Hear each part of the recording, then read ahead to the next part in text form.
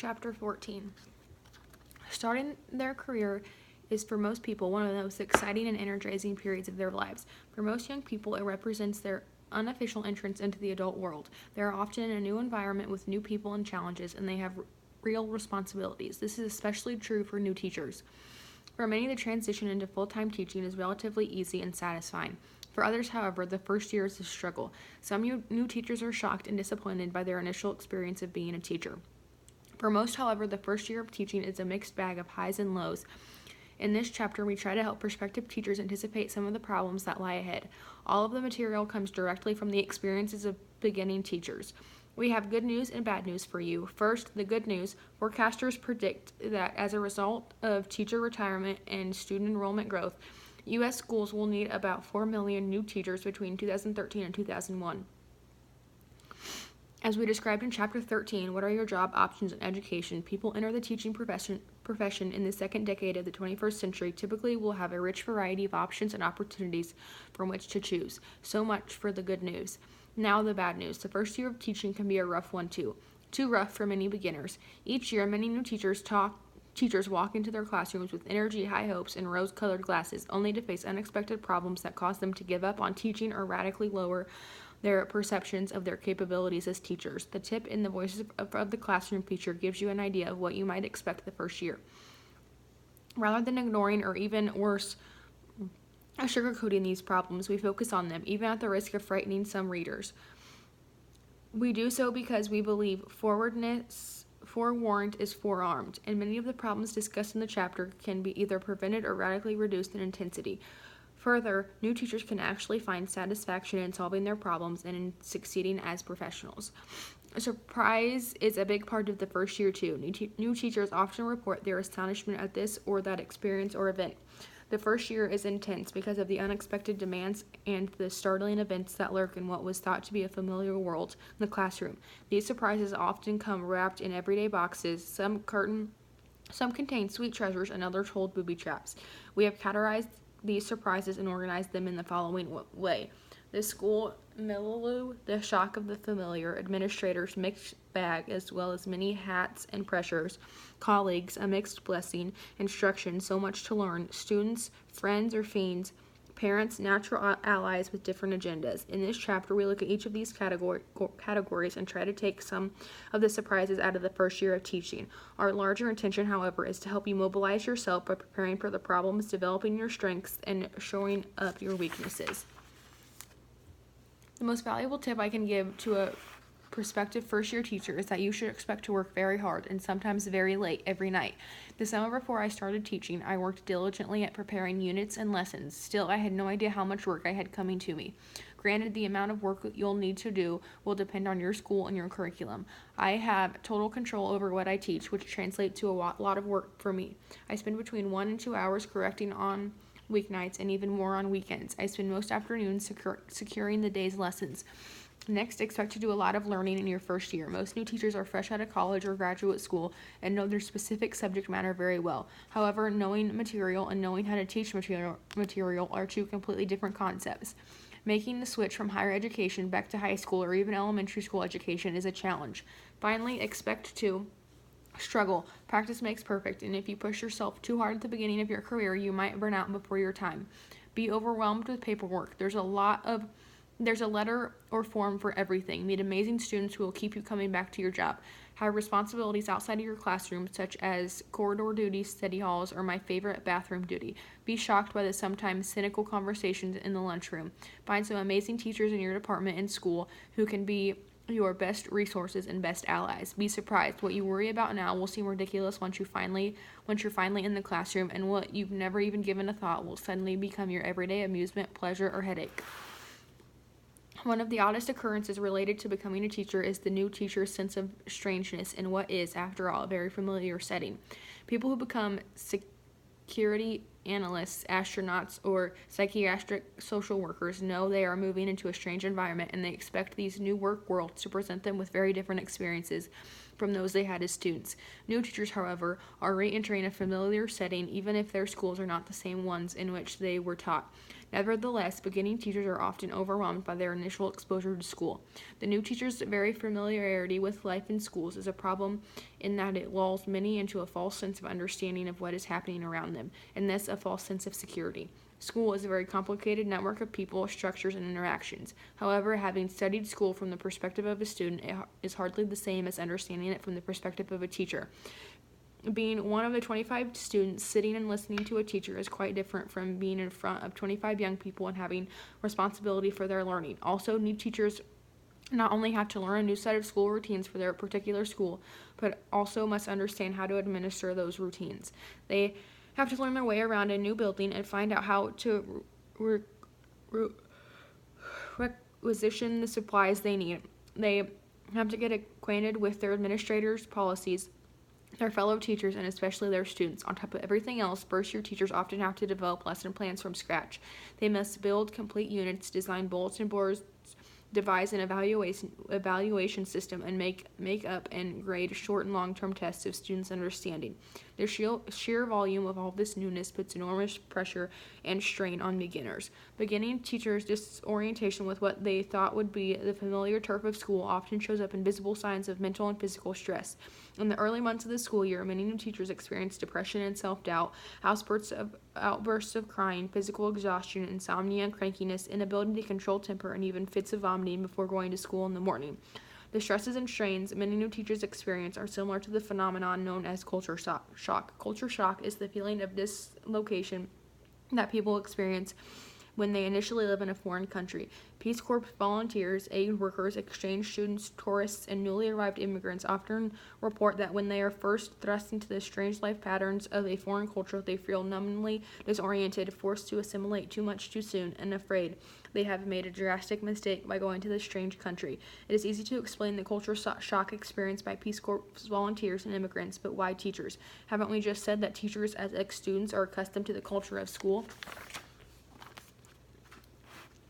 The following count by a new second-grade teacher speaks to the kinds of culture shock problems related to the large amounts of newness many first-year teachers experience. The next time I hear someone say teaching is an easy job, I think I'm going to slap his or her face or cry. I can't believe how tired I am. I've been teaching for 5 weeks, and it seems as if it has been 5 months. I never realized that life on the teacher side of the desk could be so different, so tiring. I remember seeing the movies set in high school and thinking they were exaggerated. My kids are younger and don't have the kinds of problems those high school kids in the movie had, but they still have problems, and they are so demanding. They all want my attention, and they all seem to want it at the same time. Miss Tucker, someone took my pencil. Did you do it? Miss Tucker, Ralph and Maxine put gum in my hair. Miss Tucker, my father doesn't think we're doing enough arithmetic in this class and says I can tell the kids to shut up if you won't. Miss Tucker, I need to see the nurse. I have a terrible nosebleed coming on. And on and on. And the forms, they never end. Forms for short, for lockers, for parent volunteers, for books. And we have an attendance procedure that must have been designed by a sadist. It consumes hours of time. The principal's office continually wants information. I keep filling out forms and sending them in, only to be greeted with more forms. I can't imagine what they do with all the information. On top of all this, I'm supposed to teach. I leave school in the afternoon, always the last one out of the building, and I'm numb from the hair lying down. On some nights, I can hardly unwrap a microwavable dinner. I spend what little free time I do have staring at my TV set and having imaginary arguments with Sandra's know-it-all father about why we actually are in fact doing just the right amount of arithmetic. What is most discouraging is that Sandra's father wins the arguments. Clearly this had been the most frustrating 5 weeks of my life. I feel as if I've been swimming in molasses. Student teaching was a breeze compared with this. But many of the surprises of school life were very pleasant ones. There is much love and human warmth in the classroom. Some of the aspects of school life that you may have dreaded never materialize. The content about which you feel uncertain could turn out to be their strength. Also, within the 4 walls of the classroom, some people find a new self they didn't know existed, such as the case of the once shy Margaret Julia Gomez. All through elementary and high school, I was bashful. In my high school graduating class, I won the most shy award. I dreaded being called on, even when I knew I had the right answer. Part of it is that I blushed so easily. My approach was to be like the furniture or the wallpaper and hope the teacher wouldn't see me. Still, I liked school and always liked my teachers, even the ones who had fun with my blushing. When I decided to become a math teacher, I knew my shyness was going to be a problem, but I figured that I could pass my blushing off as a permanent sunburn. Something happened though when I became a teacher. I began to notice a change when I was student teaching, and once I had my own class, it was quite clear. I'm a different person in my class. I feel very outgoing, almost to the point of being aggressive. So I discovered that I'm a ham actor, and what a stage my classroom is. I love it. My students seem to love it too. It seems so odd that after all these years of trying to be invisible, now I'm discovering a whole new side of myself. As elementary and secondary school students, most of us had pretty simplistic notions of administrators. The superintendent, if we ever saw one at all, was a vague presence we only occasionally glimpsed in the hall, talking to one of the staff or in front of a microphone or on some ceremonial occasions. And the principal was much more part of our school lives, existing as someone beloved or feared, and occasionally both. Even though the principal was near at hand, our students' eye view was rather one-dimensional. The principal represented authority. In all but the rarest instances, the principal stood metaphorically directly behind the teacher, supporting the teacher and the systems. When as students we went to the principal's office, it almost always meant we were in trouble. Now it could mean so many things. New teachers' relationships with their principals are far less one-dimensional. School principals loom quite large in the lives of beginning teachers, and the teacher-principal relationship has many facets. Most importantly, the principal is now a colleague, a fellow educator, joined with you in the common task of bringing civilization to the young. You are both professionals. You are both part of a common tradition. You probably share common goals and attitudes. But there is more to this relationship. Principals are the official leaders in the school. They make decisions or act as the funnel for the decisions of higher authorities.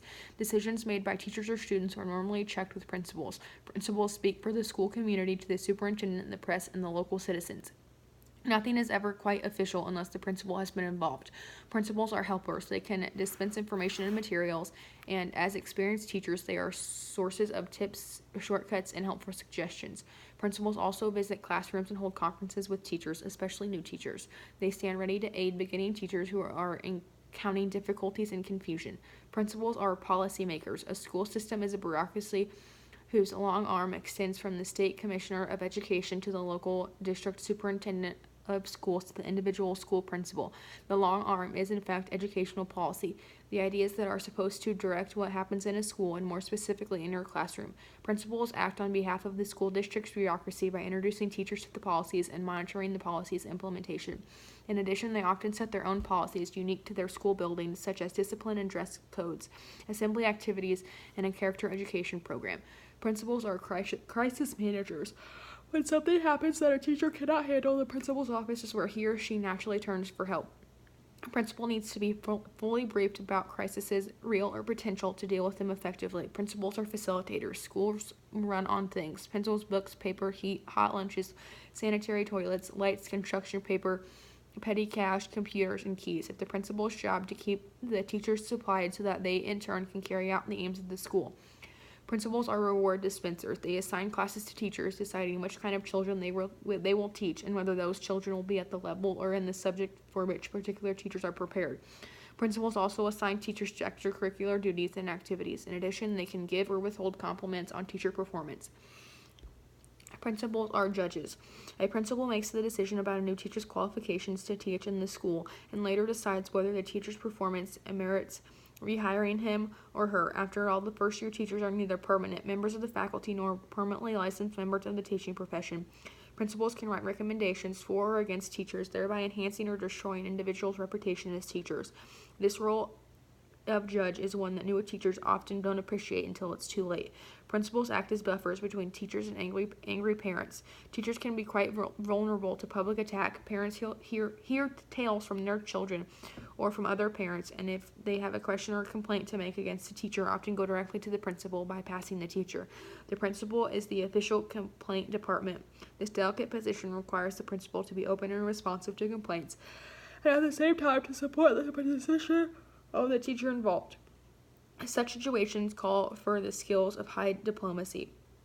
Finally, principals are sacrificial lambs. If the community, the teachers, or the school board become dissatisfied with what is happening in a particular school, the school's principal is vulnerable. If a school fails to make adequate yearly progress on some state or federal policy or program, the principal may be replaced. No one suggests replacing the students or the parents. Tenured staff cannot be dismissed, so the principal may or may not have been responsible for the reported problem is likely to pay the penalty. The ease with which a principal can be dismissed is incidentally a characteristic shared with beginning teachers because principals typically don't have tenure as principals. The need to wear all these hats makes for a complicated existence. Today's school principal had a most difficult job, and doing the job well requires the strengths of a field general, a philosopher, a psychiatrist, and a saint. A 2012 study reports in just the last few years, a principal's job has become much more complex and demanding. Given that the strengths required of a principal are in short supply, it is not surprising that new teachers sometimes find themselves in conflict with their principals. Principals have to make many quick and difficult decisions, often with insufficient information or time, and they are sometimes wrong. When principals observe in teachers' classrooms, they may appear to be there as helpers, but they cannot put aside their role as judges. At some point, they must make recommendations about their teachers to their superiors, and they obviously are influenced by what they have seen during their helping observations. For this reason, confusion and potential conflict between the administrator and a new teacher may be expected. In addition, beginning teachers often do not know how to work in a bureaucracy, and they sometimes are anti-bureaucratic or overly critical and complaining. This behavior can put them into direct conflict with their administrators, whose job it is to train beginners in bureaucratic procedures and whose primary responsibility is to ensure that the school as a totality runs smoothly and that students learn what is expected of them. Perhaps not surprisingly, given the many roles the administrator plays, slippage and breakdown can occur. You know you're in trouble when you have threatened that if there is one more sound in the classroom, you will personally call every parent to complain, and you hear a sound. The principal asks you to plan to be doing next year. You have your students correct their own tests, and the lowest mark in the class is 96%, and they are smirking. It is 10:15 a.m. and the class has ripped through 3/4 of the work you have prepared for the day. You return after being sick for 3 days, and the students chant, "We want the substitute." It feels like February and it's only late September. The teacher across the hall comes in and offers to show your kids how to behave. The parents of 11 of your students ask to see the principal, and you are not invited. Unsolicited, your principal offers to write a recommendation for your placement file. You are convinced that you have finally come up with challenging and interesting work for your class, and when you present it, they chorus, "We did this last year." After sitting in your class for 5 minutes, your supervisor starts to look at the clock. You walk into your usually noisy classroom, and immediately all the students get in their seats and smile at you.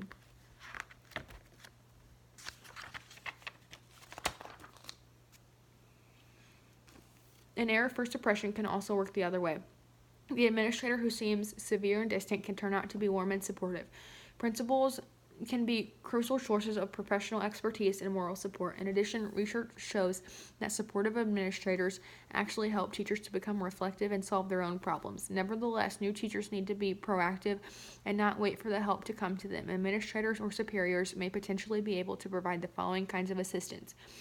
They may have valuable advice on dealing with specialized problems, such as an extremely reticent student. They can put you in contact with specialists in your building or elsewhere in the school district to help you on a range of issues, from curricular matters to dealing with disruptive students.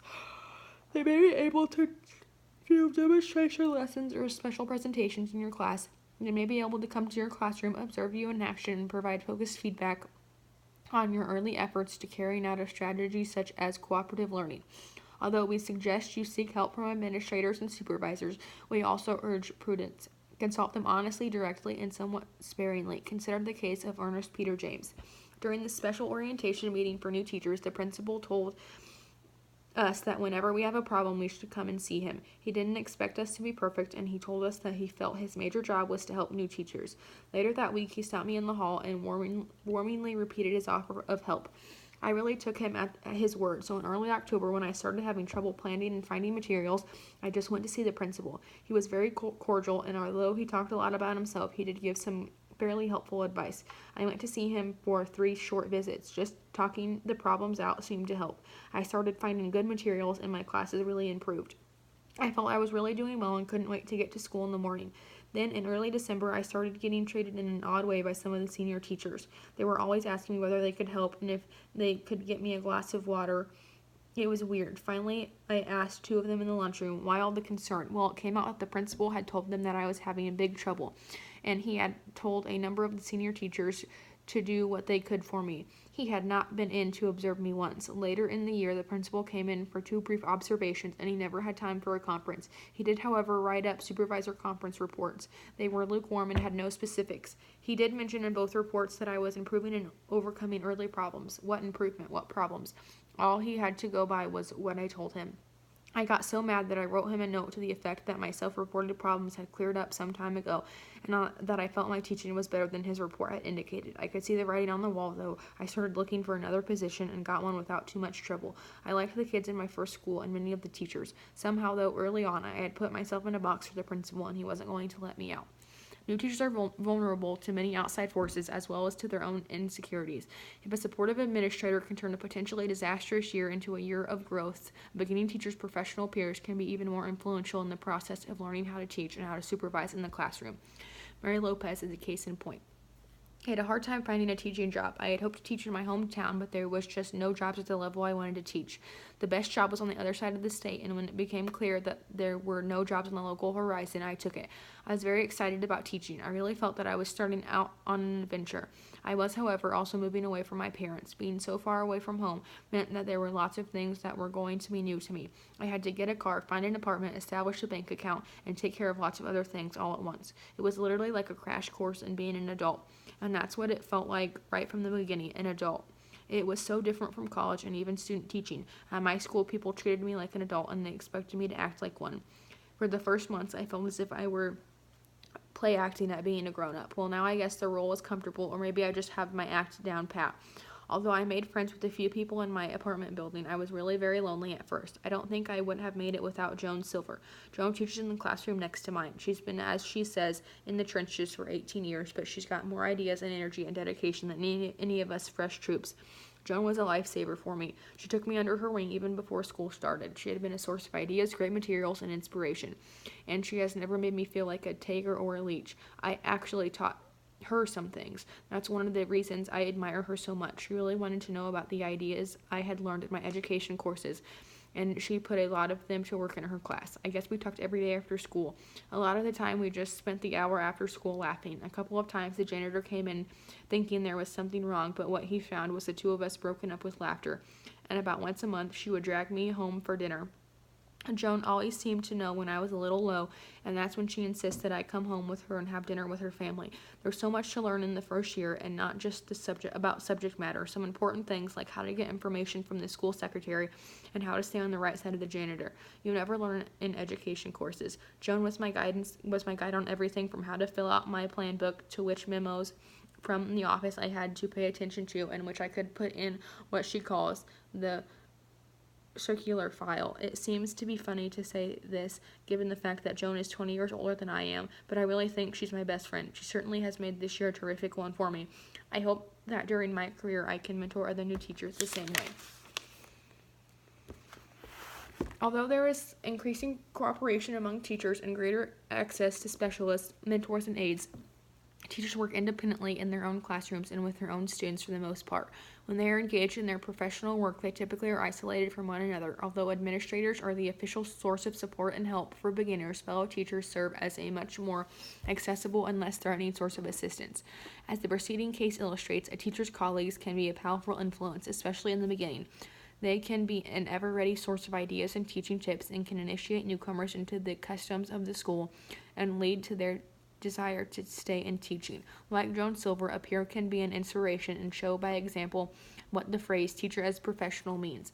Sometimes, however, teachers can have a negative influence, undermining beginning teachers' idealism, lowering their standards, and offering no help at all. A teacher's lounge may be the venue for serious disillusionment. Many teachers use the lounge to unwind by delivering harsh criticism of students, mocking administrators, and offering negative pronouncements about the teaching profession. Although not especially different from similar off-camera remarks in hospitals and businesses, such comments in the teacher's lounge can blunt a new teacher's idealism and enthusiasm. The lounge is a source of much learning for beginners, but in some cases the private side of the colleagues can be a rude awakening for them. Although we strongly believe that the teaching profession has a large percentage of dedicated, selfless people than any other profession, it also has its share of rogues and fools. Beginners should pick their way carefully among this field of new colleagues. Ultimately, a teacher's only real problem is his or her student's failure to learn and to develop. All other conflicts, triumphs, and defeats pale in significance if the children are learning and developing their human potential. The degree of the children's success as learners is the best measure of a teacher's success or failure. Many pay-for-performance plans give bonuses to teachers whose students exceeded expectations on the state-mandated examinations. Although the link between a teacher's instruction and a student's learning is often overstated, this relationship is crucial. Teacher effectiveness is an area in which there are few naturals, and first-year teachers generally have much to learn in this area of instruction. One major difficulty is the sheer newness of the role of teacher. After a little student teaching, you suddenly find yourself totally immersed in all the responsibilities that go with managing a classroom.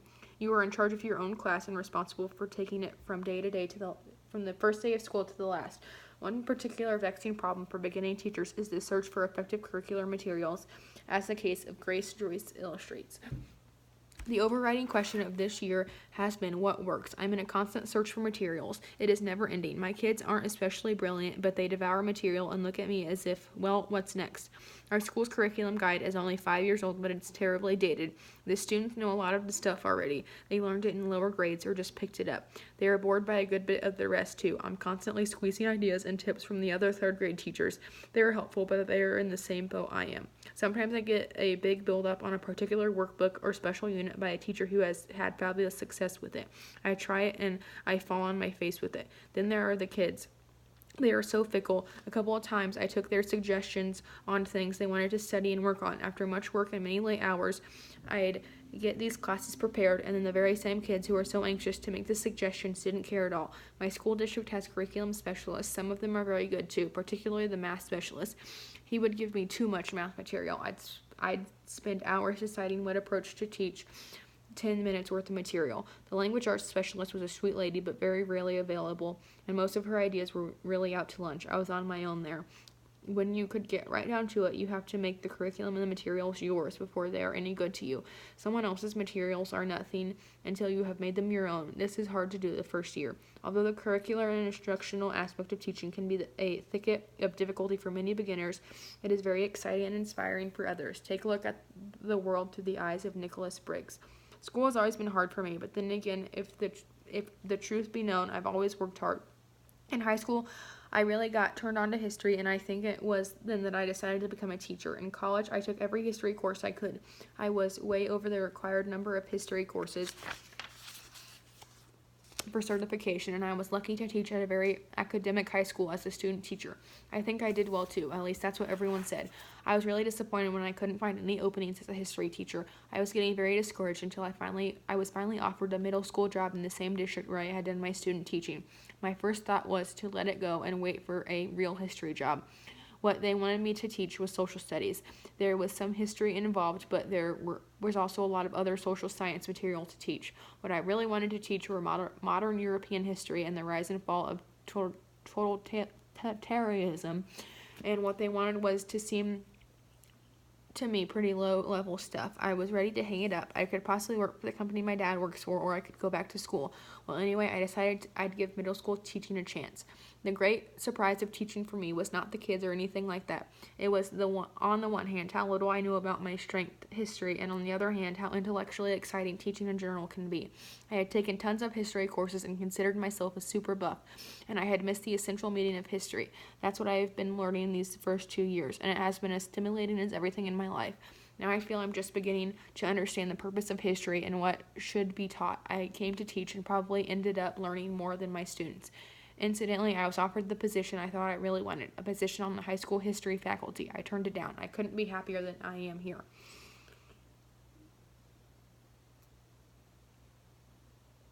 When in doubt, think. Instead of simply fretting about problems or panicking, use your best tool, your mind. Reflect, problem solve, try to identify the problem and possible solutions. Think about the resources that are available to you and then act and judge whether that option helped the situation. Don't look for love in the classroom. You should definitely demand respect, but not necessarily love.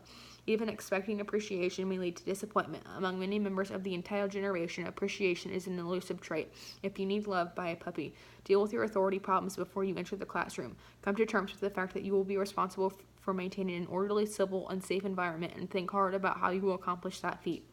If you are not organized, get organized.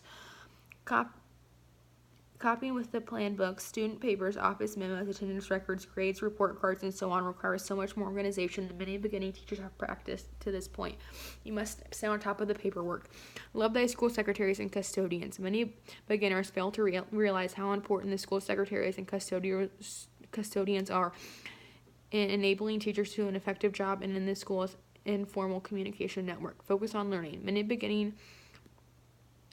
Many beginners fail to concentrate on making sure their students really learn something and therefore have feelings of accomplishment. Students will put up with a great deal of beginning teacheritis if they sense they are learning. Remember, too, that they usually need to be reminded that they have learned something. Don't get married 2 weeks before the start of your first teaching job. For reasons unknown to the authors, each year thousands of new college graduates decide to simultaneously jump into two of life's most difficult undertakings, beginning a career and starting what they will hope will be a lifelong relationship. And now we come to the main event, students. Becoming comfortable and sensing that they are effective with children is a major concern for new teachers, as it well should be. Students are the main event. They make the good days good and the bad days bad. The relationship between teacher and students is multi-faced. An important aspect of the relationship is based on how well the students are achieving the goal of learning. Although students are the primary source of a teacher's success, they can also be a source of failure. 3 areas in particular cause problems: discipline, social distance, and sex. Behind each of these areas of difficulty is an inaccurate set of expectations teachers hold about students. One indication of these out-of-line expectations is the sharp change in attitudes people experience as they go through teacher education and then begin their first years of classroom teaching. Studies have shown that the longer college students stay in teacher education programs, the more positive and warm their attitudes towards students become.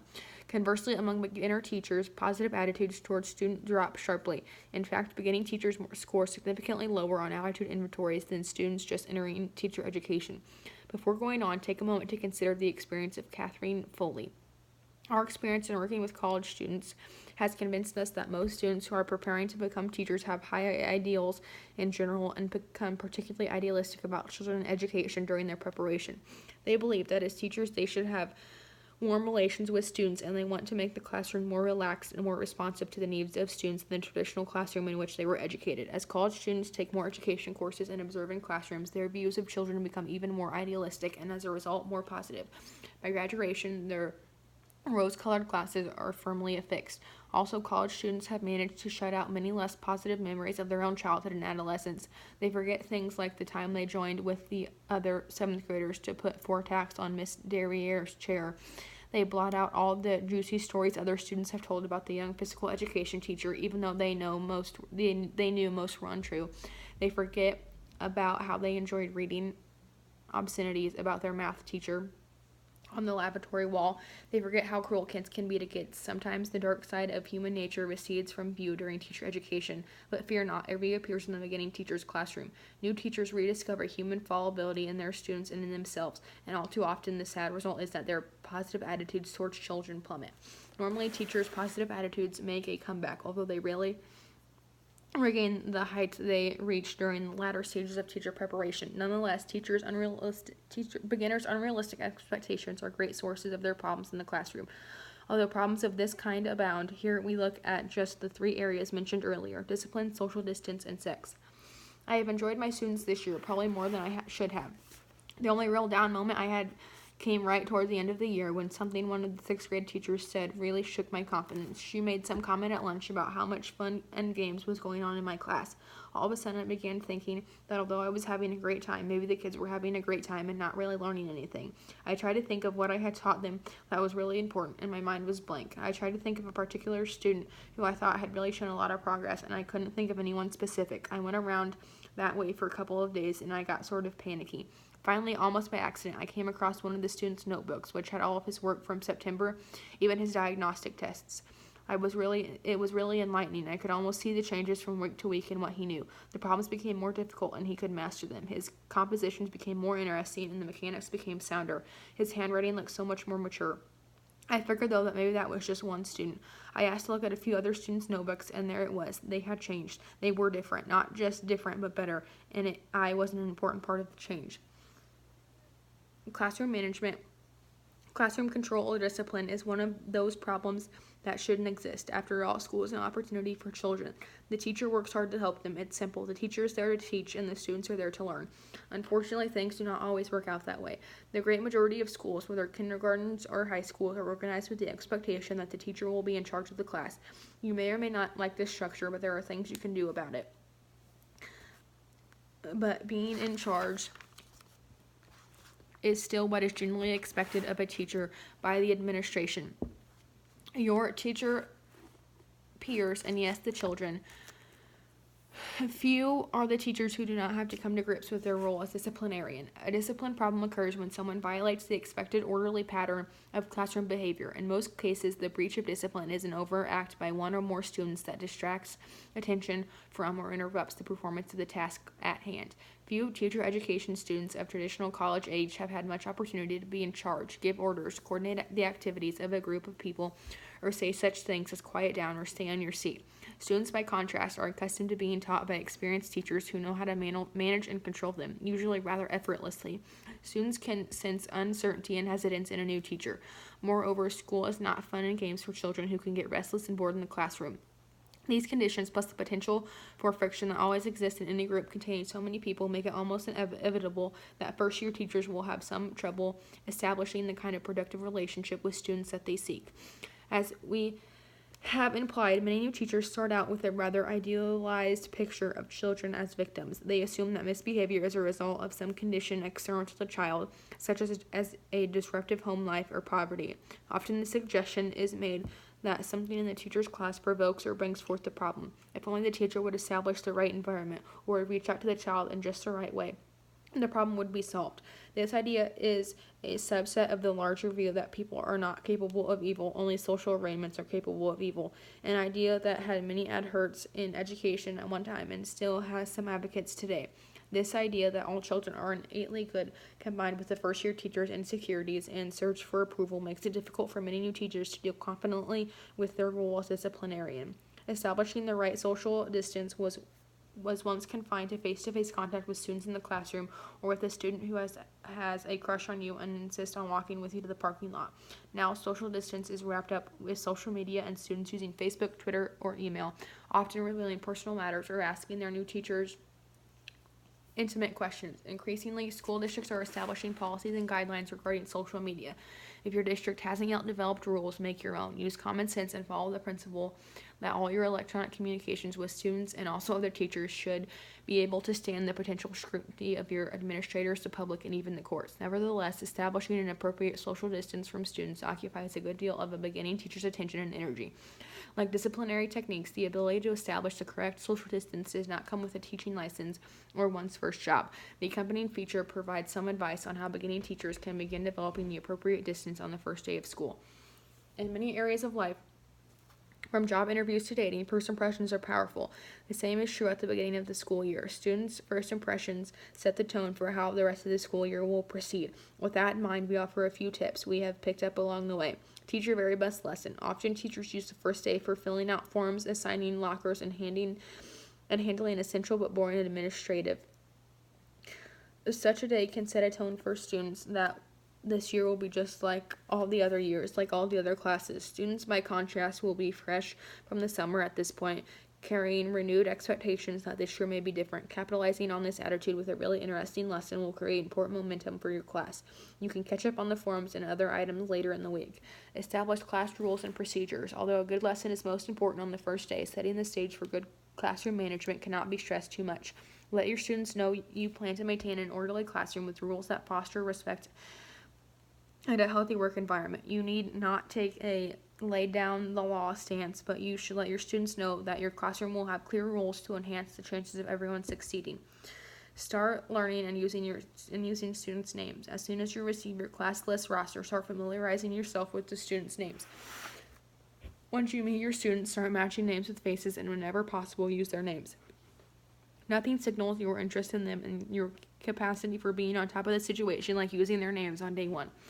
Be friendly but businesslike. Often the insecurities of new teachers get the best of them. They vacillate between being Mr. and Mrs. Nice Guy and Alila disciplinarian. A beginning teacher's early commitment to a friendly but task-oriented atmosphere is the key to its realization. Share with students your vision for the year ahead. Students want to succeed.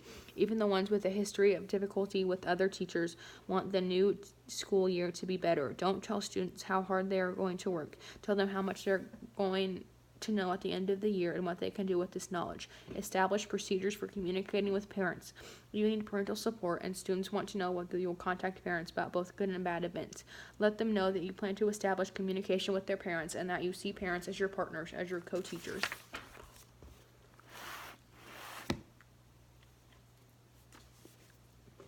I was convinced that a good class was a happy class and that I wasn't going to be like those grouchy teachers I remember from my own elementary school. So in the first part of the year, I let a lot of small infractions go unnoticed, talking during silent reading period, lateness on assignments, yelling out the window to students on the playground, and the like. It was a little hard on my nerves, but I thought I was establishing an open and creative environment. It soon became clear that it was open, but not particularly creative. In fact, I first discovered reality when a friendly parent suggested that the room was too noisy and disorderly for the children to get their work done. I tried to tighten up, but the students were already used to my open and creative environment. I just couldn't get them to settle down. Finally, the straw that broke the camel's back and almost broke mine was when the principal came in to observe. The kids behaved horribly. I felt as if they were trying to make me look bad. Whatever their intentions, the situation was not lost on the principal. During the follow-up conference, he was very frank with me, telling me that if I couldn't maintain better discipline, he might have to relieve me. One thing I particularly remember him saying was, "Carol, if you can't keep the school, you can't teach the school." Then he gave me some specific suggestions. Even with those good suggestions, I had a very difficult time working my way back in charge and establishing a more civil and orderly classroom. Next year, things will be different. Beginning teachers often take refuge in one of the two extremes of behavior. Many hide their insecurities by acting harshly and maintaining a strict and extremely businesslike manner, sometimes bordering on hostility. Others attempt to be completely natural, rejecting the stiff teacher image and seeking to break down all barriers between themselves and their students. The first extreme, the overly strict teacher, can give rise to long-term difficulties, whereas the natural teacher usually has short-term but rather severe problems. The problem with playing the role of the overly strict, aloof teacher is that it may become a permanent habit. Acting like a Prussian officer may appeal to a hidden need to make others submissive. Also, one may begin to believe that a quiet class is a good class. The problem confronting overly natural teachers is their view of natural behavior often clashes with students' expectations. Students expect teachers to interact with them in certain recognizable ways. That is, they expect a certain degree of social distance. They are confused or put off when a teacher acts like one of the gang. The crux of the problem, then, is that beginning teachers often want to be a friend or a pal, whereas students expect and want teachers to be adults because they're uncertain and striving to be adults themselves. Students seek strength and maturity in their teachers. Often they interpret a beginner teacher's effort at a naturalist and informality as weakness, reflect on the troubles of Monica Lou. Most of my year was spent alternating between being Wanda the Witch and sweet little Miss Muffet. I started out determined to be different from all those cold teachers I had growing up. I was going to be everyone's sweet big sister. I was really surprised when this plan didn't work. The children didn't respond. If anything, they seemed to be confused. Some of them actually started treating me like their big sister, and I found myself getting annoyed. They became very familiar and started asking me, both in and out of class, all sorts of embarrassing questions, such as, "Are you going on a date this weekend?" Or, "Did you ever do drugs in college?" The final straw came when one of my boys, one of my favorites too, came up to me in the hall while I was talking to a senior teacher. Smiling, he patted me on the back and said, "How's it going, Miss Candace?" I was mortified. After that little incident, I became tough. I was all business. If anyone got close to being familiar, I cut him or her off at the knees. I really said some nasty things. I was just so uptight that I overreacted. I guess I was hurt that my big sister routine didn't work. Later, I realized that the one reason behind my wanting to be a big sister was simply that I wanted to be liked at any cost. I guess my insecurities led me to seek approval from my students. Anyway, I spent most of the year going back and forth on the issue. One week being Wanda and the next being Miss Muffet. It was really a strain for both the kids and me. Finally, towards the end of the year, I got my sea legs and I stopped playing a role. The class settled into a serious work routine. It was much more fun that way. I think everyone was relieved. Sexual attraction and romance between students and even between teachers is alive and well in American schools, and most people recognize this fact. Nevertheless, the idea of sexual attraction or romance between students and teachers generally remains a taboo subject. In fact, there is no sure way to end your career quickly and unhappily than to become or even appear to become romantically involved with a student. Beginning teachers are more likely than experienced ones to confront this problem. For one thing, many of them are nearer in age to their students than they are to the majority of teachers in their building. For another, they are often single, new to the community, and lonely. The strain of a new job may increase their need for affection, and this need may find expression in their relationships with students. In much of the same way, students often become attracted to their teachers. They sometimes get what is best described as a crush on their teachers, becoming emotionally attached to them, greeting them eagerly in the morning, sending them personal emails, and walking them to their cars after school.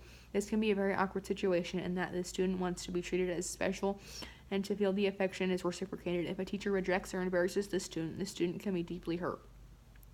Besides the platonic attachments teachers can form to young children, a 22-year-old teacher quite conceivably can find a 16-year-old student sexually attractive. Thus, as the above account indicates, high school teachers are particularly vulnerable to sexual attraction or manipulation. Our only advice in this area is an empathetic don't. A final comment on your relations with students. Some first-year teachers become terribly discouraged by their relationship with students. Most of us teach because we like young people and want to work with them. When we are rejected or fail in some aspect of teaching, it is painful. The German philosopher Friedrich Nietzsche could have been speaking to new teachers when he wrote, "That which doesn't destroy you makes you stronger." Developing satisfying relationships with students usually involves some initial uncertainty. Most problems with students are a result of inexperience, and the majority of second-year teachers find that most of their first-year problems disappear and they feel very much at ease with their students. Experience with young people before beginning teaching as a parent, camp counselor, or tutor. You can also help you learn about how you relate best to them and ease the transition. In recent years, heightening sensitivity towards sexual behavior in our schools has emerged. Because of their age, new teachers are particularly vulnerable to accusations of sexual misconduct. Being new to a particular school environment and lacking a reputation, a first-year teacher can be a victim of damaging rumors or even false charges. Here are 5 particular steps you can take to limit false accusations of sexual misconduct. Avoid being in a private space alone with a student. If a student wants to have a private conversation with you, take him or her to a public space, such as a hallway, and speak in a low voice. Do not give students your home phone number. If you have to call a student at home, be sure that a parent is on the phone during the conversation. Avoid being in a car alone with a student. If it is necessary to transport a student, have another adult in the car. Also, notify your administrator and the student's parent before doing so. If anything of a sexual nature occurs in your classroom, take careful notes or keep a computer log of the event. If the number of events increases, share the issue with your administrator. Don't try to resolve the situation on your own.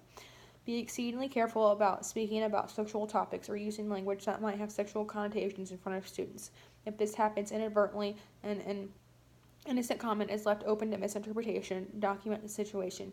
Even though these rules may appear excessively fussy, we urge you to follow them. A little caution may save you a messy he said, she said confrontation or worse. In one class, there dealt a fair young creature who found me to be an easily flustered appreciator of her many charms. She was a coquette, and to my way of thinking, a dangerous one. She had me at a great disadvantage, although she could litany ask special favors of me. I could not cope with her in anything like a spontaneous way, unless I was in a phenomenally commanding mood. I could not expect to hear such daily entreaties as, "Oh, Mr. Cornock, could you come here and help me?" Or, "Mr. Cornock, I just don't understand." She would have her left arm raised, her right arm aiding it, and would be leaning forward and upward from her desk, so that I would not fail to notice her finer endowments. "What is it, Julie?" I would reply, hoping the fear in my heart would not be evident in my voice. It nearly always was. "Mr. Cornog, there's something here I don't understand. Could you come here and look at it?" "Don't," I tell myself, "don't. Read it to me and I'll explain." No, she's getting up. I'll bring it up there. She approaches. She arrives at my left side. I note a scent of lemony perfume and an attempt at makeup about the eyes. She leans over to place the book in front of me, and some of her long, dark hair grazes my shoulder. By this time, I feel thoroughly unwilling to answer any question regarding syntax. "What about private tutoring?" I hear my lecherous innards suggesting. Heaven forbid. My frustration causes me to blurt a response to her query hoping that she'll return to her seat. The class by this time has observed me melting into a lemon pool behind the desk. She must be smiling triumphantly above me, her glory reflected in my devastation. If only she had been as innocent as of malice in her manipulations as I had been tender in my innocence, then all would have been well. Alas, she was not. She thought it was great sport to exercise her arts for the benefit of her friends, and I could think of no way to break the spell. I could not ignore her, because then the class would notice my attempt and think that she had really gotten to me. I could not allow her to continue to dominate me, for then the respect I sought would never appear. Who could respect a henpecked English teacher? The befuddled teacher doing battle with the temptress every day. What a tableau. What a cliche. It pained me to see myself in such a humiliating posture. It was so absurd. Parents and teachers are natural partners. Both are working to help children become more fully developed people, and both want their children to be happy, sensitive, intelligent, and well-balanced. Therefore, it is crucial for teachers to establish and maintain effective channels of communication with parents. Sometimes, though, the relationship between a teacher and parents runs amok, and the natural allies become antagonists. Instead of devoting their energies toward understanding and aiding a child, they waste them on conflict with each other. The great majority of parent-teacher conferences are cordial, constructive, and characterized by mutual respect. Although problems of perception or communication may arise initially, the parents and teachers' shared interest in their child is typically enough to overcome these minor blocks. At other times, more persistent problems develop, and they are not always the fault of parents. The sources of teacher-parent problems are the same as those involved in any human relationship, but these encounters are more highly charged than in most relationships. The intensity is natural because children and their future are at issue. With that in mind, consider Walter Connor's self-inflicted wound. In the late winter, we had our annual parents' night. All the teachers were to work with students on displays and projects, and of course, we had to get lots of students to work up on the board. The drab old school building looked like the Rose Bowl parade by the big night. We met the parents in our rooms and gave them an overview of what we were doing for the year. I thought I would be nervous, but somehow I wasn't. I was so distracted and fascinated by their faces. I never suspected that they would look so much like their kids, or rather vice versa. When I finished my talk, I handed out folders of the children's work and told the parents I would be happy to talk with them individually. Most of the evening went well. The parents of my two prize dinglings didn't show, an event I greeted with mixed emotions. One set of parents hung back. I hadn't met them yet, but I knew immediately who they were. They were Bill Russell's parents. Bill is a great, big, happy kid. He is not bright, and he struck me as being quite lazy. All he likes to do is play his guitar, which he is pretty good at. The only time I had gotten any work from him was during a unit on the Civil War. I persuaded him to look up the folk songs in marching chants of the Civil War. He gave a singing and strumming report to the class, but after that, nothing. Well, the Russells asked a lot of questions, and I stayed with the straight facts, no sugarcoating approach, which I was convinced was the right approach. Then Mr. Russell glanced anxiously at his wife, looked over his shoulder to see that none of the other parents were within earshot, and said, "Tell me, Mr. Connor, we're both college men. My son, Bill, is he, college material?" I didn't know what to say, so I said, "What do you mean?" "We just want to know if we should be saving to send him to college. Is he, college material?" All I thought was that here was a guy who really wanted a straight answer, so I said, "Well, no, I don't think so." Then I looked at Mrs. Russell. I should have looked at her before answering, because I saw tears beginning to run down her cheeks, but after the tears came the hostility. "How dare you prejudice my boy?" Bill was right. "Admit it, you don't like Bill. You are trying to ruin his chances. We work hard to raise our only son, and then some young know-it-all teacher ruins everything." Underneath the hysteria, which subsided in about 5 long minutes, she was right. I was way off base. I had no right to make that judgment. I had known their son for half a year in one course that clearly didn't interest him much. I didn't have enough data. Well, I made another appointment with them. During that meeting, I saw the frightening intensity of their desire to get my class's #1 guitar player into college. Some good things came out of the conference. Bill's work picked up. He actually ended the year with a C. I was the one who learned a good lesson, though. Wanting to be honest doesn't mean arrogantly abandoning good judgment. The Walter Connor case study you just read illustrates a few reasons that parents and teachers may have a difficult relationship with each other or even fall into direct conflict. But to get a full picture, consider all 6 of the following factors. Varied perceptions. Teachers and parents are quite likely to perceive the same phenomenon in very different ways. A high school teacher may perceive a particular child as a wild, undisciplined troublemaker, whereas the parents may see their child as energetic, spontaneous, and sociable. Or an apparently quiet, shy child may turn out to be a chatterbox in a security of home. Judgments on students. Evaluation, another area of difficulty. It is part of a teacher's job to make judgments about a child's performance, a process that can touch on some deep insecurities. It can dash the parents' hopes and put brakes on their aspirations, particularly in this age of anxiety when parents see education as their child's royal road to success. In our competitive society, being average is taken by some as failure. For these reasons, teachers need to be especially sensitive when dealing with issues of evaluation and would do well to stay away from judgments such as students being above average or below average, or comparing certain children with other students. Differences of social class and experiences. Issues of social distance have been at the hub of much parent-teacher antagonism in recent years. Because most teachers are middle class or aspiring to the middle class, they normally have relatively few problems communicating with middle class people. By contrast, when they deal with parents from a lower or higher socioeconomic class or a different ethnic group, or both, the potential for communication difficulties heightens. Upper-class parents may look down on public schools and treat teachers condescendingly. Poor parents may have had unfortunate and unpleasant experiences with schools, and as a result regard teachers and schools with fear or suspicion. Often these parents speak a different language or dialect than the teacher. What teachers see as a humble classroom is to some parents a strange, uncomfortable part of a huge impersonal bureaucracy.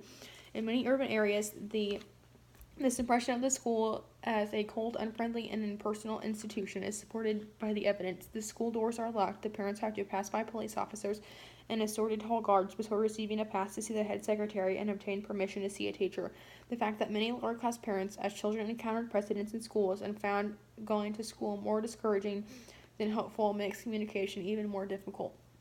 Overburdened parents. Another factor, as noted in Chapter 4, is the changes that are occurring in the American family. Now most mothers who are in an early era stayed home, kept houses, and guided their children through school have full-time jobs. Usually it is very difficult for working parents to leave work so as to meet with their children's teachers or attend parent-teacher organization meetings and after-school functions that would put them in closer contact with teachers. Often these events are unwelcome chores in an already stressful life. The pain of change. Going to school changes children. School, in fact, exists to help children change in specific ways, to read, solve problems, to speak a new language, and to discover new worlds. And students do change. They master things, they acquire confidence, or they lose confidence. They become increasingly independent of their parents. Some parents rejoice at their child's growing freedom for them. For others, the process in which their child's independence grows is painful. Hearing her little girl talk about how much she loves her teacher may arouse jealousy in a mother and cause her to act in a hostile manner. When the mother meets the teacher, when a high school student comes home from school with political, social, or religious views that conflict with those of his parents, resentment and confusion can result. When faced with these sometimes unsettling changes, parents often approach a conference with the teacher with a sincere mixture of appreciation and hostility. Special problems. Not all homes are traditional and peaceful. Many children come from chaotic households filled with anger and frustration, which can spill over into a parent-teacher conference. Conferences with separated or divorced parents can be particularly tricky and quickly lead to the blame game. If anger flares up in a conference, don't try to be a marriage counselor. Gently but firmly end the session. In military parlance, terminate engagement and withdraw. Privilege and responsibility. It is often the parents who give the new teachers the sense of what privilege and a responsibility it is to be a teacher, as reported by a new teacher in New Mexico. When the bell rang at 8:15 a.m. on August 28th, a new reality entered my mind. Parents stopped by the classroom to familiarize themselves with the new 3rd and 4th grade teacher in the village. Some of the concerned looks I spied on their parents' faces as they left their children were heartfelt. Breaking out in a cold sweat, I realized the amount of trust the parents were handing over to me. There was one term that entered my mind. In local parentis, a legal term meaning in place of the parents. I was taking on the responsibility of a parent. Following the first day, I expressed my concern to a fellow teacher, and he replied, "Encargada," he explained how parents in Mexico often use this Spanish term when they are putting their child's life in teachers' hands. It means, we are handing our child over to you, and now you are in charge. Wow, what a responsibility. When one of the authors was about to begin his first year of teaching, his battle-scared department chairman cryptically commented to him, "Promise yourself today that you will teach a second year." At the time, the meaning behind the remark was unclear. However, after the emotional yo-yo ride of that initial year had taken a few swoops and punches, the chairman's message came into sharp focus. A person's first year of teaching is too unusual, too filled with extremes and emotional highs and lows to provide a sound bias for deciding whether teaching is the work on which one wants to spend one's life. Nevertheless, Fully one-third of all new teachers leave the profession by the end of the third year. Both these kinds of statistics need not to determine your professional fate. Many of the problems and issues that cause teachers to leave the field are preventable, though, planning and a few resolutions. Most importantly, be aware that a single and non-typical year is rarely the basis for a sound career decision. Start now to prepare for the predictable events and problems of the initial year. Make a systemic study of your strengths and weaknesses with an eye towards using your strength in the classroom and gradually eliminating your trouble areas. With both problematic areas in your strengths, seek the advice and help of trusted friends, family, and teachers. For instance, if you have an especially good reading voice, plan to capitalize on it as a teacher. Students from preschool through college love to be read to.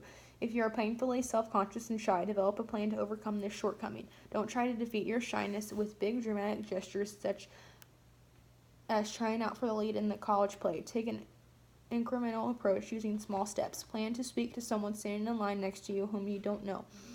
Volunteer in class.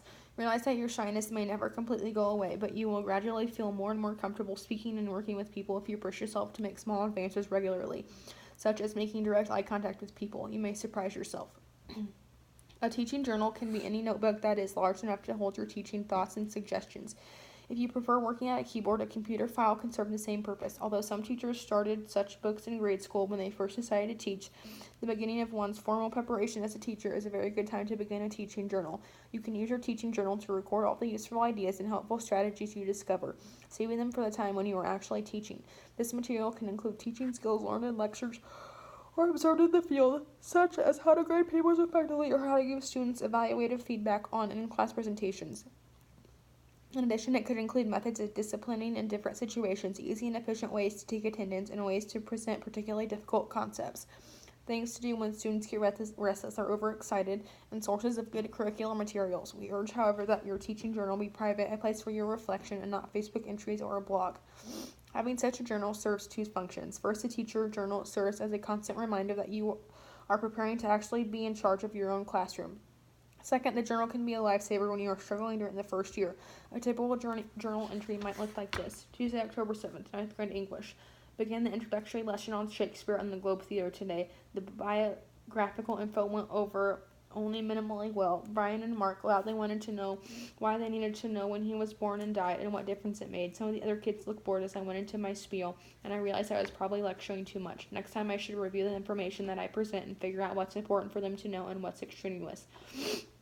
Just because I'm fascinated with it doesn't mean that it's all appropriate or necessary for a ninth grader's instruction to Shakespeare. Also, maybe some sort of question-answer sheet about Shakespeare would work better and get more involvement from the kids. On the bright side, they all seem to love the Globe Theater model. They really liked the way it opened, showing the cross-section with all the various stage areas. Brian and Mark were among the most interested in the model.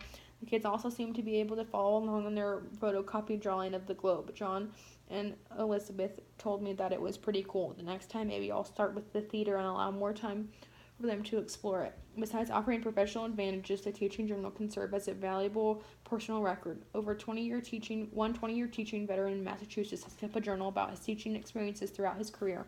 He finds that it has captured the moment, recording what he was thinking and experiencing as he taught throughout the years. An alternative form of this idea is a card file of teaching tips, utilizing either index cards or in a similar computerized format. This file of tips can provide quick, easy reference for planning or problem solving. Keeping a journal is one of the chief characteristics of reflective practitioners, a goal and ideal we have stressed throughout this book. It is important to maintain the right frame of mind during your first year of teaching. That is, to realize that you are someone who is untested and who has a great deal to learn. Humility is a virtue that has been all but drowned out in our modern or number one cultures. And masters and teachers of the spiritual life urge beginners to assume an attitude of submissiveness before what is to be learned, showing not weakness but openness to learning and humility. Many new teachers strive hard to avoid humiliation, not realizing that a humble person cannot be humiliated.